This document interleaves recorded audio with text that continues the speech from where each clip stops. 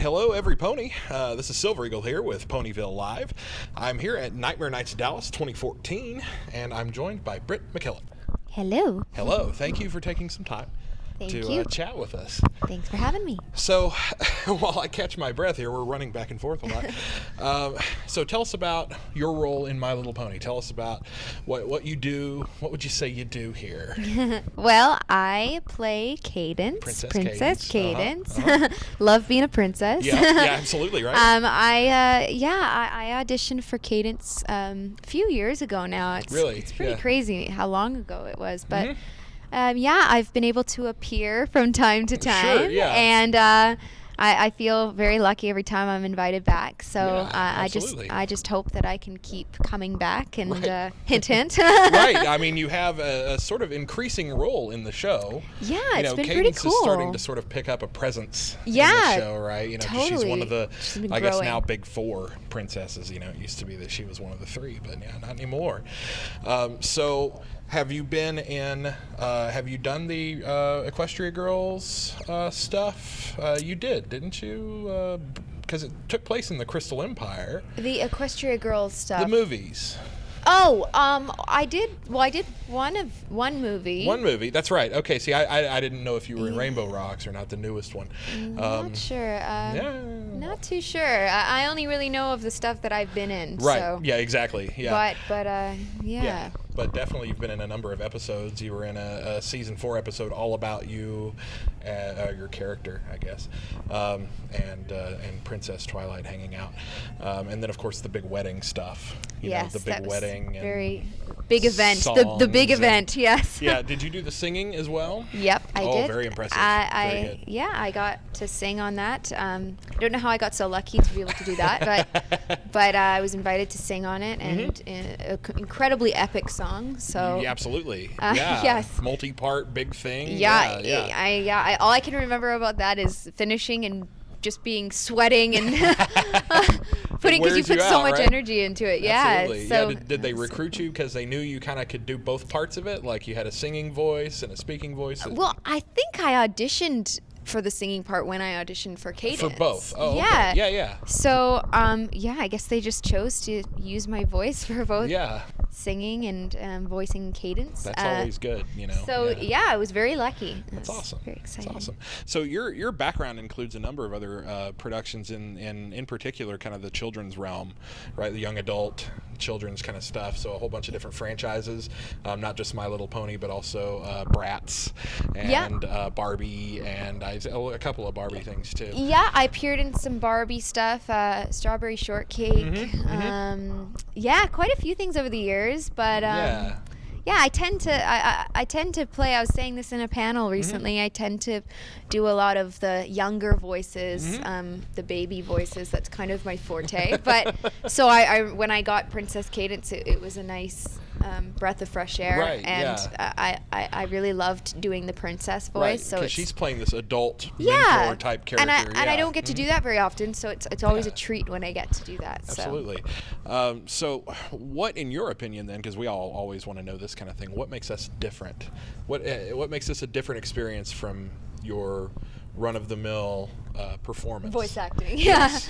Well, I mean, as far as the show is very unique in itself, but I mean, I have to say, like, no show that I've ever appeared on has this following. You know, it's incredible and it's unheard of, and so I feel just so blessed to be a part of the cast and to be able to experience this. And I mean, I don't think I've never heard of any other voice actors that get to experience it on this level. Right. They get to go out across the country and the world, really. So the cast in My Little Pony is pretty lucky.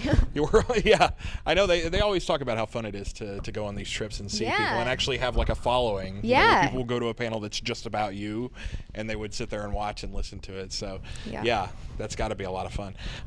But when you're actually doing it, it's something you're pretty familiar with, though, right? Like the actual voice acting that's just your day-to-day line of work, right? So this is all kind of like being famous for doing your job. It's it's definitely I wasn't used to it. It was something definitely to get used to. I think at first I was pretty taken aback, but But yeah, no, it's very, very cool. And are you a part of the? I guess there's a whole, I would say, cadre. I don't want to say cadre, but there's this little entourage of Canadian voice actors and voice actresses that kind of all stick together, right? You know, they're all a tightly knit group. Or you're a part of that, the super secret Canadian VA club.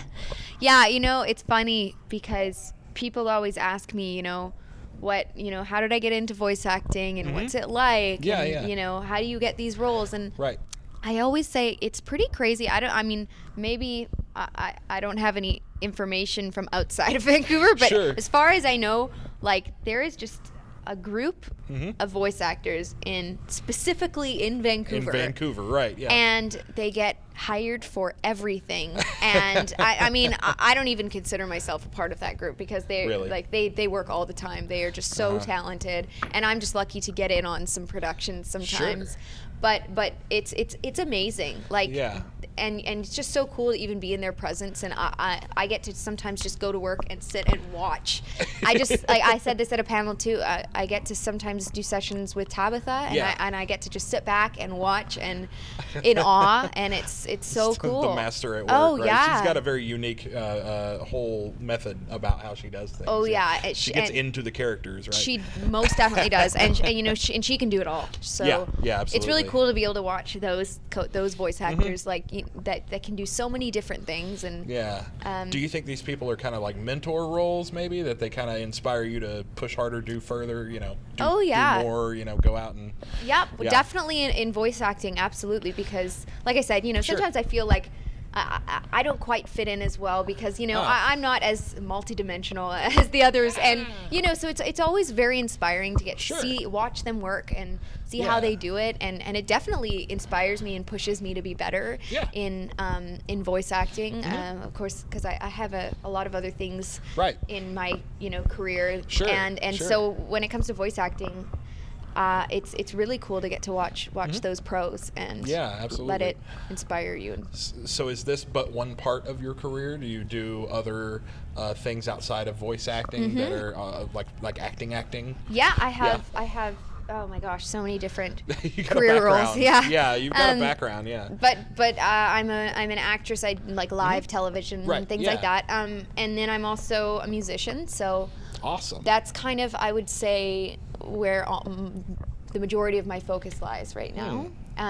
You have that in common with some other Pony VAs, actually. Yeah, that you have musical side projects. Yeah, a lot of voice actors are very entrenched in music. You just have the gift of vocal stuff, and you just do everything with it. You can, right? You know. Yeah. So I mean, music is kind of my baby, I would say, at this point. But what do you perform with as, like, where could we find you? I'm in a band with my sister. Oh, sweet. We're called One More Girl. We sing country music. And wait, I've heard about this. Yeah, I saw this on EQD once. Oh, cool. That's right. Cool. Yeah. One More Girl. Do you have albums? Are you on Spotify? We are on Spotify. We have an album out and an EP, our new EP. And a bunch of singles, videos, things like that. So you can always find us. Country, How'd you get into country? I know, every's always so shocked because we're from just outside Vancouver, and very, very you wouldn't northy. think there would be a lot of country there, but there is, That's awesome. a lot of great talent in that genre comes out of Canada and specifically BC. So cool. Yeah, it's really cool. Well, that's all neat. So what thing, if you could share one thing with us to check out as a community that we should go learn more about that would make our day better?